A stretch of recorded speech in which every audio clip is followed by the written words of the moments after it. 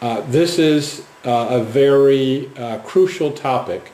It's one that is, I think, central to the core of what Commonwealth has been doing, and central to the core of what all of us should be doing. I mean, it's a global topic.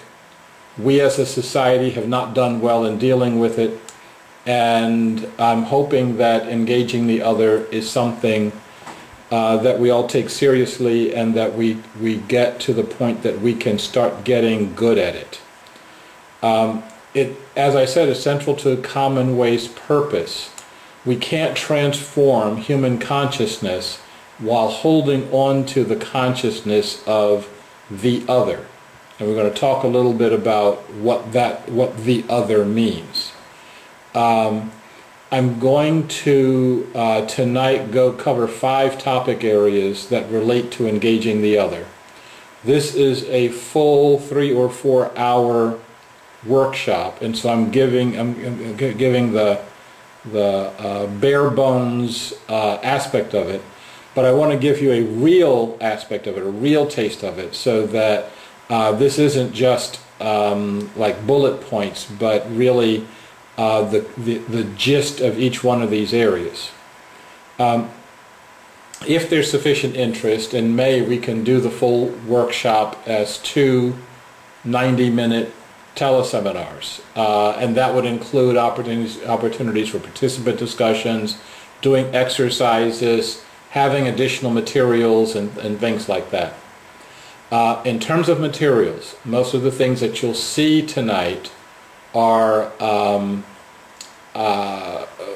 those materials will be available to you as a result of you participating in the teleseminar.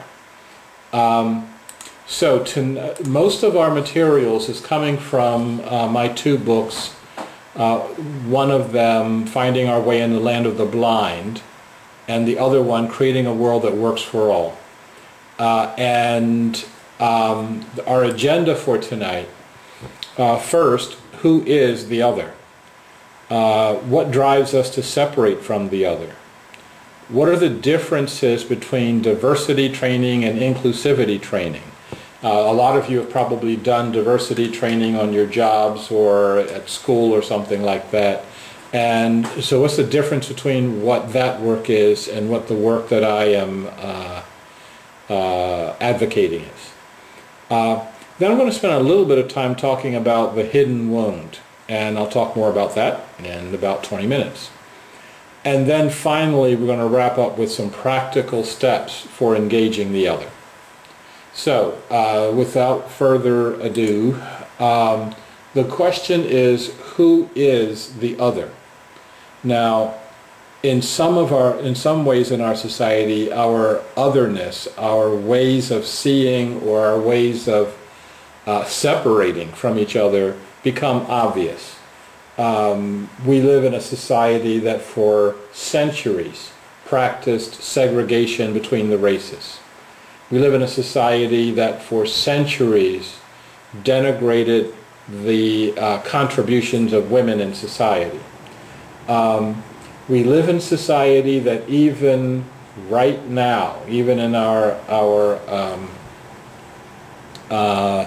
day-to-day characterizations, when we think of or when we talk about some people being, for example, terrorists, we have in our mind what that means, what terrorism means, and that generally is informed by our innate racism, our fear of those who look different from us, etc.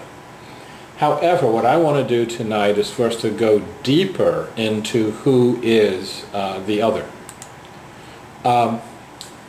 These are some statements that talk about inclusivity in various wisdom traditions. In Judaism, what is hateful to you, do not do to others. In Hinduism, the real saint looks impartial on all, lover, friend, or foe, indifferent or hostile, alien or relative, virtuous or sinful. In Buddhism, do not hurt others with that which hurts yourself. In Christianity, do unto others as you would have them do unto you. And most of us recognize that as we call that characterization the golden rule. And in Islam, none of you is a believer until you love for yourself, love for your neighbor what you love for yourself. Now, it's really interesting that we have all these characterizations of this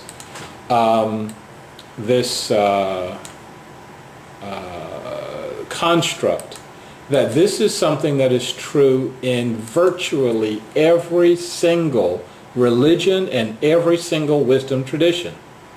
And we also know something else from this. It's ignored by every single religion. It's ignored by every single wisdom tradition. So although it lies at the core of what it means for us to be human, it's something that we regularly throw out the window whenever it suits us, whenever it's convenient for us to want to separate from the other.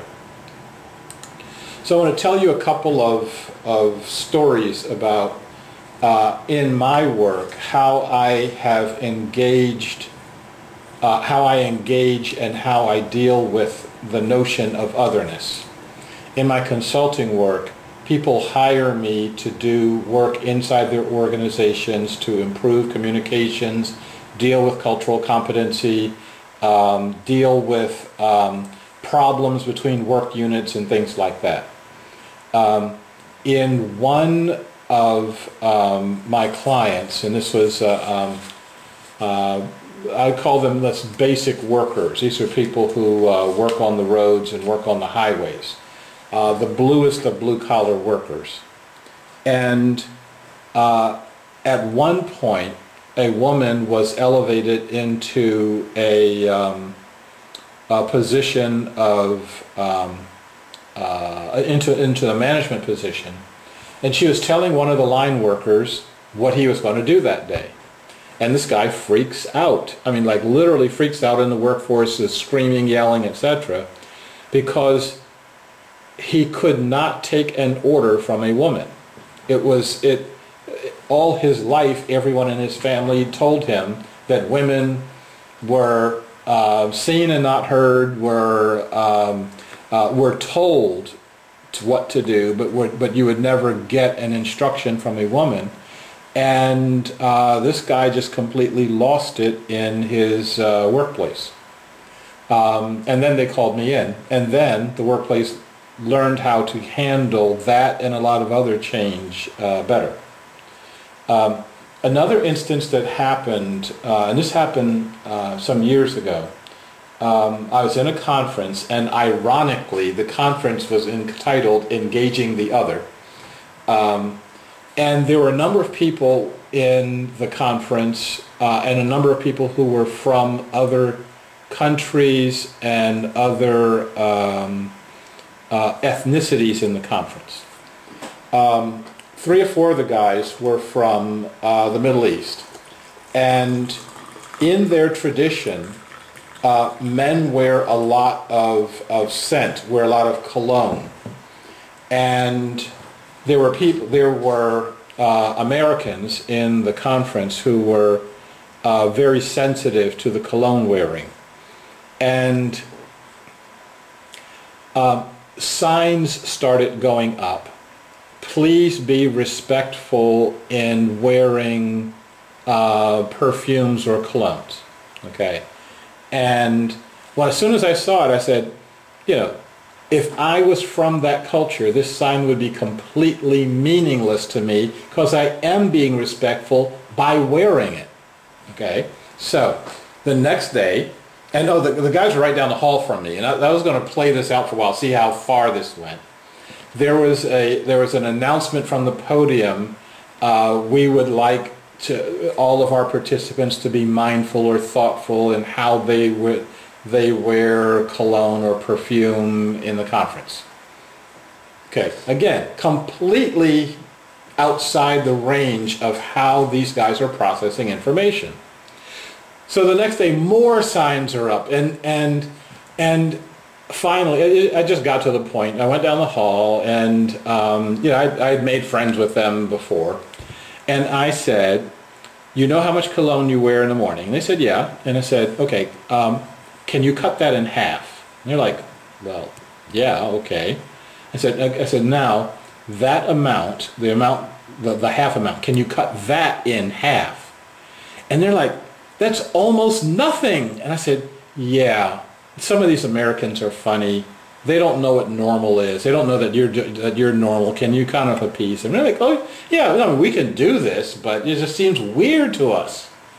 And so this was an instance where all this energy was going into something that all you had to do was walk up to the person and say, "Let's talk about this." But we in this society have enough fear, have enough fear of the other, fear what they would say, fear what they would do, or anything like that, that we can't be honest and direct with each other. One more story. When I started doing the work with the maintenance bureau, there's about 800 employees, and like I said, most of them very blue-collar workers. Before I started doing the work, they had 4 complaints per month of racial harassment, oppressive behavior, different activities, different things like that. And it was costing them tens of thousands of dollars to investigate each complaint, just to investigate it. We're talking about labor lost, documents being prepared, etc. And then when they found that it had some validity to it, that's hundreds of thousands of dollars more, getting the city attorneys involved, etc. After my first training around the work that we'll be doing tonight, the complaints went to 0 for the first month, 0 for the second month, 0 for the third month. I tracked it for 2 years. There were no complaints made at all. Now, it wasn't that they didn't have problems anymore. It's that they were able to resolve the problems without separating from each other. We found a mechanism for them to be able to actually talk with each other. So these are some ideas. This lets you know how high the stakes are in terms of dealing with this work. So who is our other? I posed this question to some of my students at Portland State, and they came up with these lists. Greedy people, materialistic people, warmongers and torturers, everyone outside of myself is the other. They're saying other is defined by role. We are each other to each other. Someone's talked about age differences. Anything that purports to do me harm would be other. One student talked about passive otherness, people who see bad things and yet do nothing about it. Someone outside of my culture. Another student said otherness is a moving target. And the last one said other is anyone I feel I must defend myself against. Now that's a very big category, because look at the number of people that we feel that we have to defend ourselves against. When you lock the door of your house, when you lock the door of your car, who are you locking out? That's a starting definition for who you think of as other. Okay, so let's look really quickly at a definition for otherness that I came up with in Finding Our Way in the Land of the Blind. Who is the other? Simply, the other is the person or group with whom you find it hardest to practice inclusivity, the group from whom you feel the most separation. The other may be a person of a different ethnicity, class, religion, and/or ideology. The other may be a parent or a spouse. All of us have someone who is for us the other. All of us experience degrees of separation from other people. The challenge of the 21st century is not to act on our feelings of separation. Our challenge is to act like we are all brothers and sisters, not strangers and enemies. Okay, so if this were a discussion, I would ask you some questions right now. And I would, I'm going to ask those questions, and you can kind of think of what your answers would be on your own. And again, if we decide to do this as a workshop, then this will be an opportunity. You'll get a head start in thinking about these kinds of questions.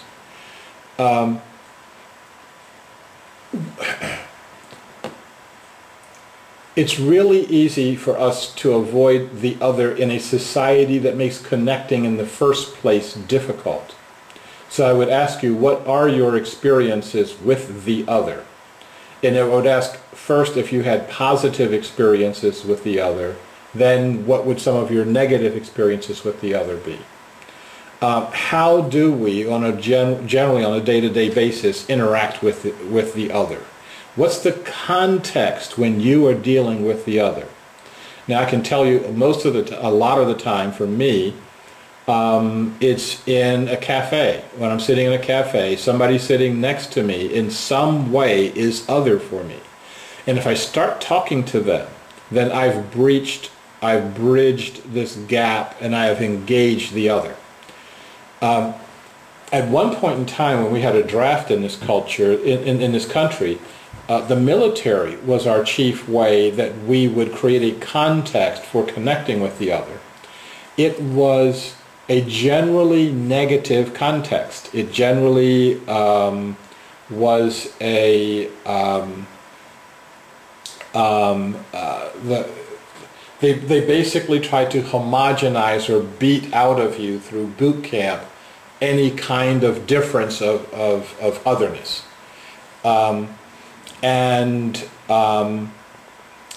Another place where that creates a context for otherness, for dealing with the other, is school, is public school. However, many of us can opt to go to either an exclusivist school that has either one race or one ideology in it, or one class in it for private schools. Another place where we can create a context for dealing with the other is our work, our job. You don't have any control over who gets hired and put in the desk beside you. However, most of us, with very little difficulty, can put ourselves in a bubble of sameness. We can look around and see everybody that looks like us, talks like us, etc. And then we convince ourselves that that bubble of sameness is the entire world. So the people who only talk to people who are politically liberal or politically conservative, and their other turns out to be the people of a different political ideology, and we separate from them so deeply that we we can do a lot of things toward them that we would not do to people who are ethnic minorities or religious minorities. We can say things and we can get away with things. And so that's why I'm saying that this issue of otherness is pervasive in our culture. Okay, so so the question then is, I said in our agenda we're going to talk about the differences between diversity training and inclusivity training.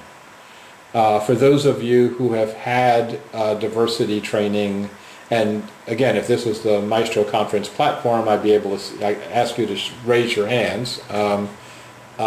Actually, well, a lot of you are on the telephone, so you can't do it anyway. So I I'm assuming that some of you have done some aspects of that. In traditional diversity training, it looks at 2 or 3 legally protected classes of people. So you may look at ethnic minorities, or you may look at religious minorities or linguistic minorities. But in inclusivity training, you look at all factors, any factor that could possibly influence your behavior toward another human being. In diversity training, it's helping us to see and appreciate our differences, while inclusivity training is helping us to see where we're alike, especially when it comes time to look at common goals, that we have common goals for ourselves, we have common goals in our society, and to look at where we can cooperate to bring these things closer together. So the purpose of diversity training is to get us to like, appreciate, or tolerate people within those protected classes. And people who are politically correct. Inclusivity training goes way beyond political correctness. It's to get all of us to recognize that we are one, and that to get all of us to recognize that we are the other to someone else. That energy of separation that you may feel toward another human being, that same energy of separation is something that someone is perceiving toward you for some reason. Okay, so let's go to Wendell Berry's work around the hidden wound. This I found to be very, very powerful work, and this is something that I feel we haven't done enough of to talk. We haven't talked enough about in this society. In the hidden wound, Wendell Berry makes an assumption. The assumption is that slavery and racial segregation was harmful for black people. But he takes it further and he says, that wound is obvious. Was there another wound, a hidden wound, that white people received from being the dominant force, being the beneficiary of, and being the maintainer of slavery and racial discrimination? So in his book he says, if white people have suffered less obviously from racism than black, they have nevertheless suffered greatly. The cost has been greater perhaps than we can yet know. If the white man has inflicted the wound of racism upon black men, the cost has been that he would receive the mirror image of that wound into himself. As the master, or as a member of the dominant race, he has felt little compulsion to acknowledge it or speak of it. The more painful it has grown, the more deeply he has hidden it within himself. But the wound is there and is as profound, and it is a profound disorder, as great a damage in his mind as it is in his society. This wound is in me, as complex and deep as my flesh, in my flesh as blood and nerves. Now, this is a really powerful statement, and he goes on in the book to talk about, once he acknowledged this wound in himself, he made some attempt at understanding what his family's past was regarding slavery and regarding racial discrimination. And when he started asking questions, nobody wanted to answer him. It wasn't that they didn't know the answer. It was that they didn't want to talk about it. They felt that That what he's getting was let sleeping dogs lie. You don't want to dredge up this stuff. Everybody was doing it. We were no better or no worse than anybody else, etc. But very slowly, piece by piece, he uncovered this story of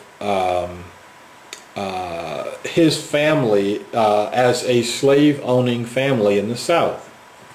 Now, I've challenged my white friends to think about that, and and I've challenged them: do you know for a fact what your family's relationship was to slavery, was to segregation, was to racial discrimination?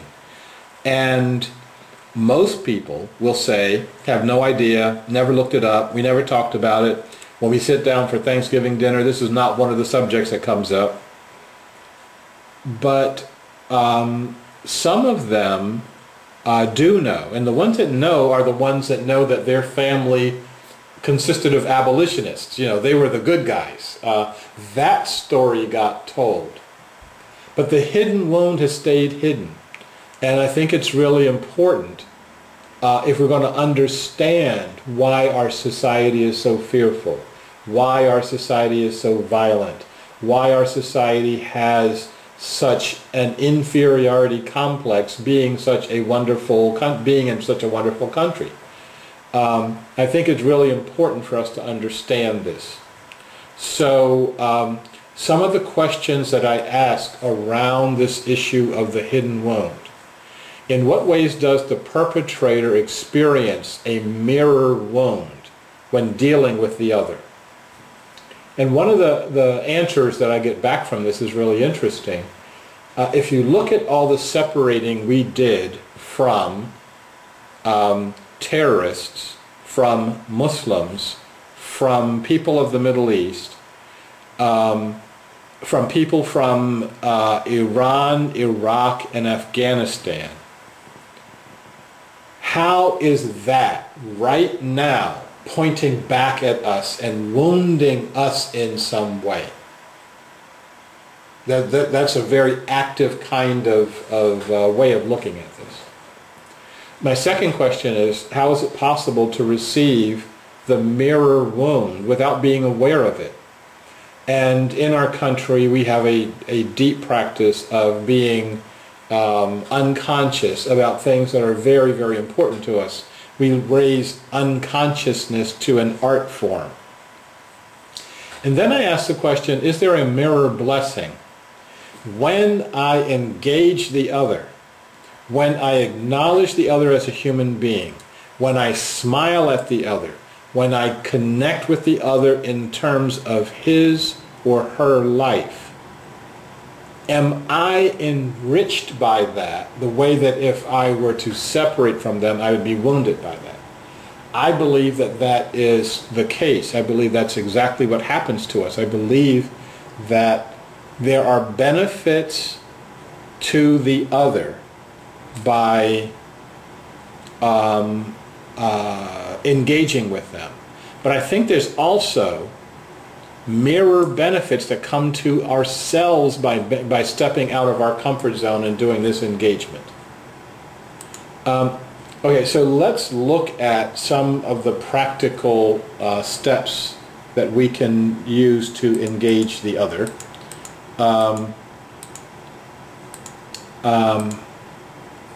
This is from an exercise that I do in my sessions, and it's called exercising power with. In most of our relationships, we practice power over. We practice, I will be the one who decides, I will be the one who controls, and you can be the one who takes my control. And the reason we do that is not because we are megalomaniacal, wanting all power to ourselves or anything like that.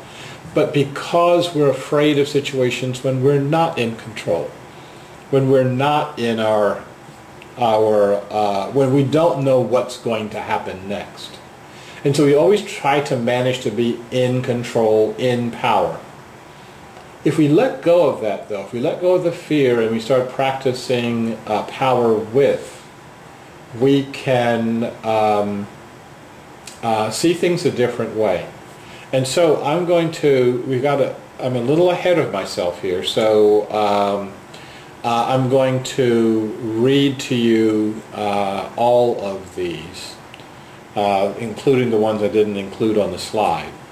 So number one is acknowledging the other as a part of the divine. And if that isn't part of your language, acknowledge them at the highest level that you can of their humanness, humanity, their personhood, and their beinghood. That basically they are you. Even if they're exhibiting behavior that's different from the behavior that you would exhibit, they are you. The number two is help the other to calm themselves down, at least to a heart rate of 125 beats per minute or below. That means a person should be excited but not agitated. There's some significant research that shows that when people get to 125 beats per minute and above, they stop reasoning. When you could be talking to them using reasonable language, but if they're up in the 130, 40, or 50 beats per minute, if they are clearly agitated, it's not that they're not listening to you. It's that they can't listen to you. It's that the part of their brain, and I'm grabbing my prefrontal lobe here, the front part of your brain, stops getting the blood flow, and the parts of your brain that go into fight, flight, or freeze takes over.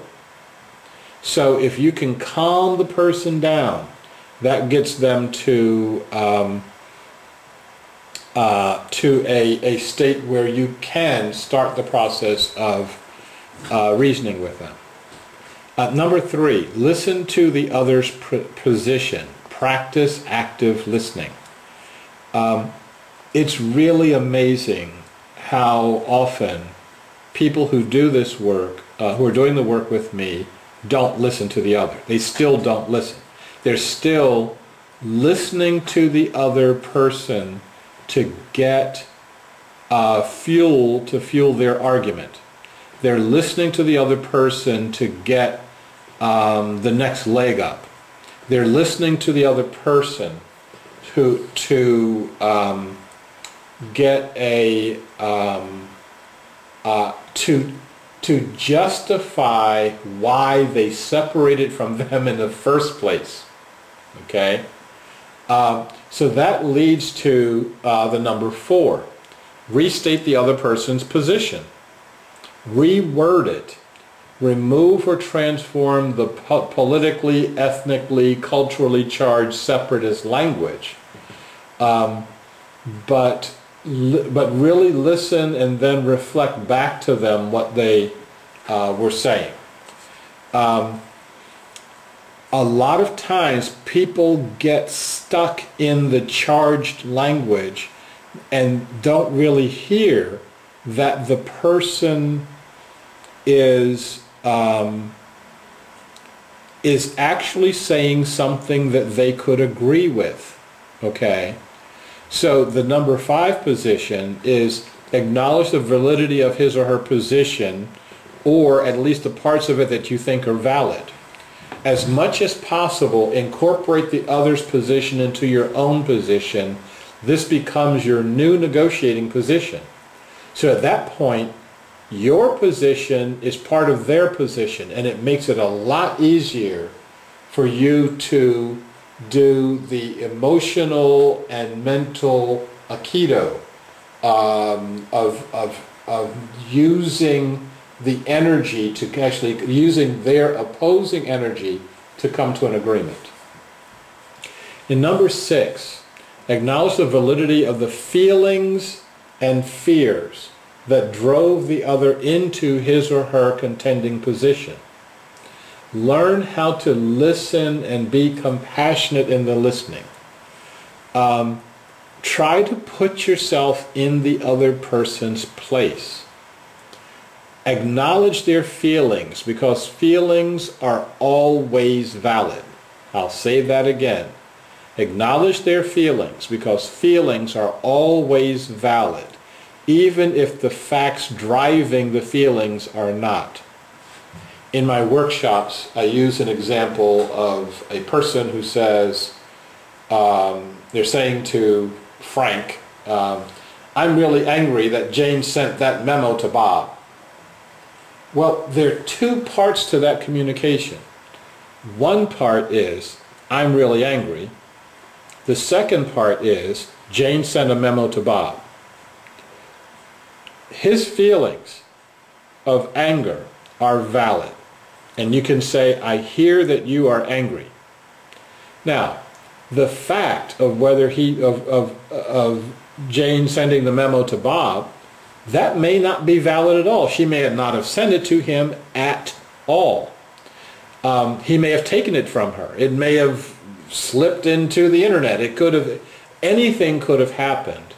But unless you acknowledge the feelings that that drove the other into their contending position, you're not able to come back and then help them get past the feelings in order to explore the reality of their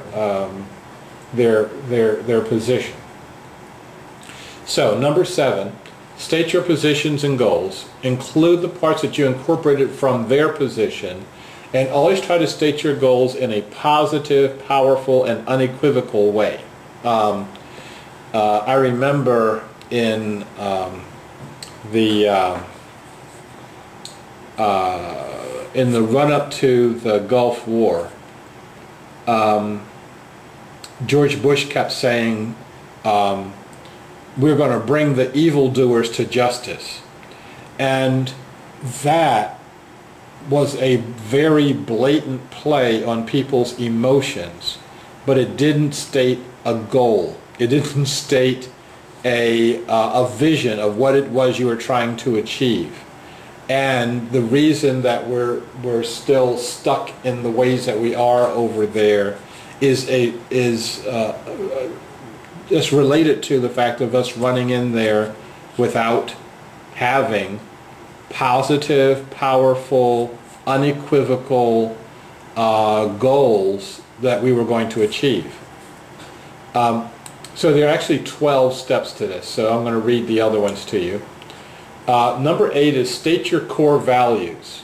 And those core values should include inclusivity, nonviolence, mutual respect, and whatever spiritual transcendent values that you hold. Now, I had, when I was teaching at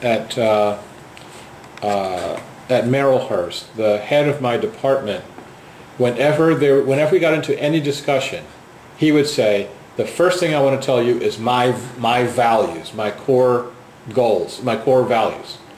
And he would say, you know, compassion, mutual respect, blah, blah. Okay, now that creates the framework for what we're going to talk about next. If we practice that, we would see those times when we're not, where we may say these are our values, but we're not practicing inclusivity or nonviolence or mutual respect. Number 9, state your core fears. So this is really powerful. You are saying to the other, a person who may be contending with you, a person who may be standing in an enemy position to you, what you are afraid of. This would be like handing over the ammunition. And that's exactly what it is. What you're saying is, I am going to unilaterally disarm, and I'm going to disarm by showing you what's behind my shield, showing you what's behind my armor and my ammunition. Then you get to number 10. Invite the other to state his or her core values. And this is a really important point. Help the other to see that there's a difference between core values and core fears. Invite the other to separate the parts of his or her position that are core values from the part that are core fears. Now, I'm thinking if we had done this in our run-up to the Iraq War and the war in Afghanistan, we probably wouldn't be in those wars. In this point, though, this is a very important point. What you are doing ultimately is empowering that other person. So first thing you've done is given them all your ammunition. The second thing you're going to do is give them power in this situation. It may seem paradoxical, but a powerful person does not have to have hate, anger, and fear as part of their core values and part of their core goals. And once you do that, once you invite the person to share their values and to share their fears, you're going to find them that they will calm down a great deal. And then, only at that point, do you invite the other to your goal. Or you then start seeing that you can then move to their goal. The last part is if they decline to come to your goal, or if you can't go to their goal, invite the other to keep restating their position in such a way that it includes all sides. Continue to work with them to do the restatements. Continue to restate your own position until you can reach the core issues and until the core issues are resolved. But once you have put all this stuff on the table, you are in a position to deal with people and to deal with situations in a way that's very uplifting, very in a way satisfying, and satisfying in a way that goes deeper than where we are in our society nowadays. Okay, so I think we're ready to move into our last segment here, and I call that playing with otherness. If you think about how you play games, whether it's a board game, whether it's football, rugby, cricket, whatever, what have you, when we play a game, it always involves some risk taking. That's the nature of playing the game. When you play a game, you don't know the outcome in advance. If you did, it's not called a game. If you play a game, it's not always comfortable. In some games, there's somebody trying to actually either physically or intellectually stop you from doing something, and you got to figure out ways to work around them, etc. And it's not always comfortable, especially if you're playing rugby. In playing a game, you learn new ways of doing things. I know a lot of people who think that they're having encounters with the other by going to a different ethnic restaurant. That doesn't count, okay? Because when you enter into someone's restaurant or commercial establishment, they're trying to sell you something, so they're going to, of course, act nice. They're going to act like they understand you. They're going to act like they are engaged and interested in what you're saying, etc. When I go to my coffee house and I'm engaging with someone from a different country, I have to be really paying attention that they may not want to talk to me at all. And there are times when I get this turn off behavior. They'll look away, they'll not engage, and then I have to know whether or not I should stop trying to engage with them or continue to press on. Because what I found is a lot of the times in the coffee house situation, people will try to break off the connection because they're embarrassed by how they speak English. They're embarrassed by how they are, their limitations of English. And what I do is make that explicit, okay? I will say to them, your English is really good. I can understand what you're saying, okay? And your English is much better than my speaking anything of your language, because I don't know it. And this can, by being open and being direct, it reduces the tension that's in the room. And at that point, we get engaged in very long conversations, and sometimes I have to cut them off. Okay. So when you're playing a game, sometimes you learn new ways of doing things. A lot of times you're personally challenged. It's always a challenge to be the first one to initiate a conversation. I don't.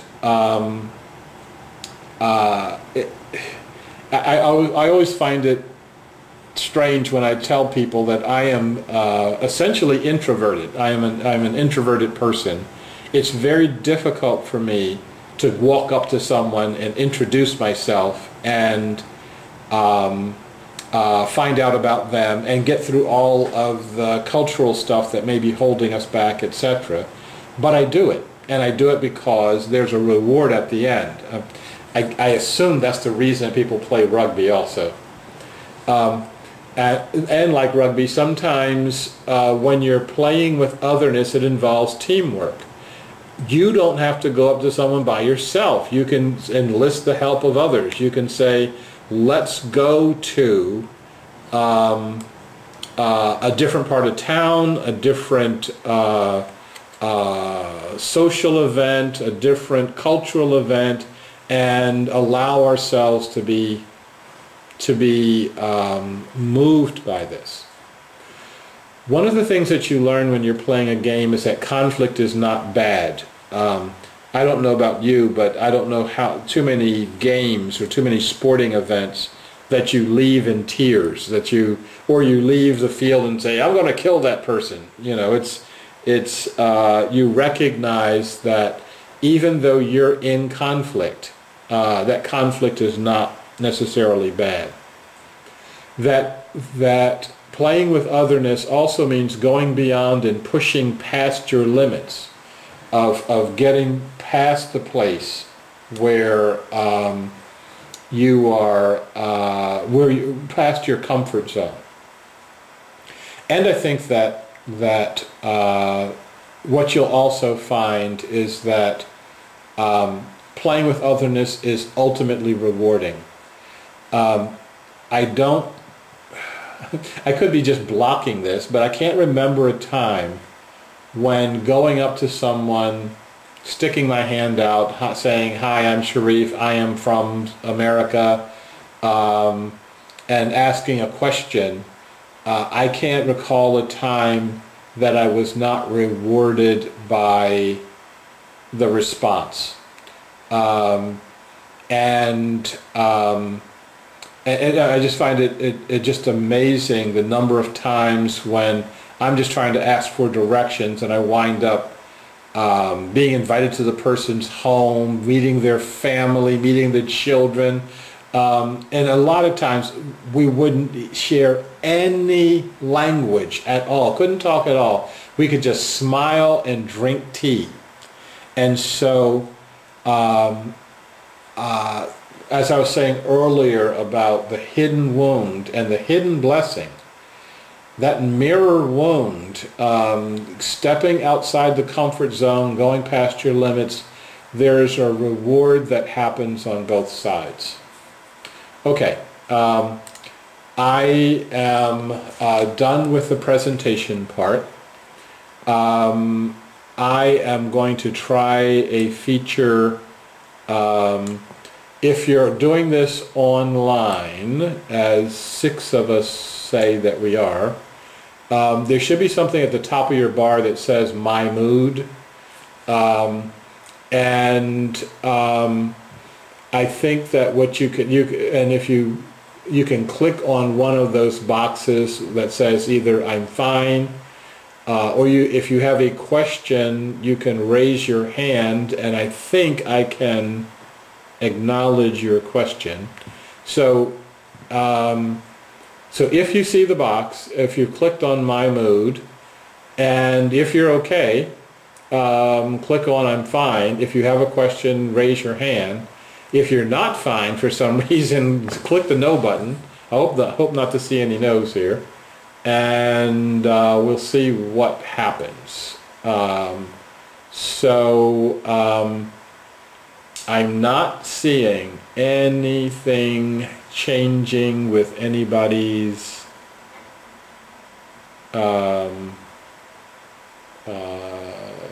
names here, so I'm assuming that it's not happening. Okay. That's okay. Again, I'm just trying to see the limits of this particular piece of software. I've enjoyed doing this. My plan is to have these free teleseminars as a once a month activity for us. If there is interest, I forgot to tell you, there's a whole section I did not do, and this is, I just don't have slides for it. And this is something from Mark Jerkensmeyer, who wrote several really important books on nonviolence and on terrorism. His book on nonviolence is called Gandhi's Way, and his book on terrorism is called Terror in the Mind of God. And that's a very powerful book, because almost everyone who terrorizes another in this society now, in our global society nowadays, says they're doing it for God. And so God must be a terrorist, and he starts exploring what really is going on in the mind of the perpetrator. In Gandhi's Way, I took about a dozen concepts and ideas from the book Gandhi's Way, and I have them available as a handout. If you would like an electronic copy of that, send me an email and say I'd like an electronic copy of Gandhi's Way, and I will get that to you.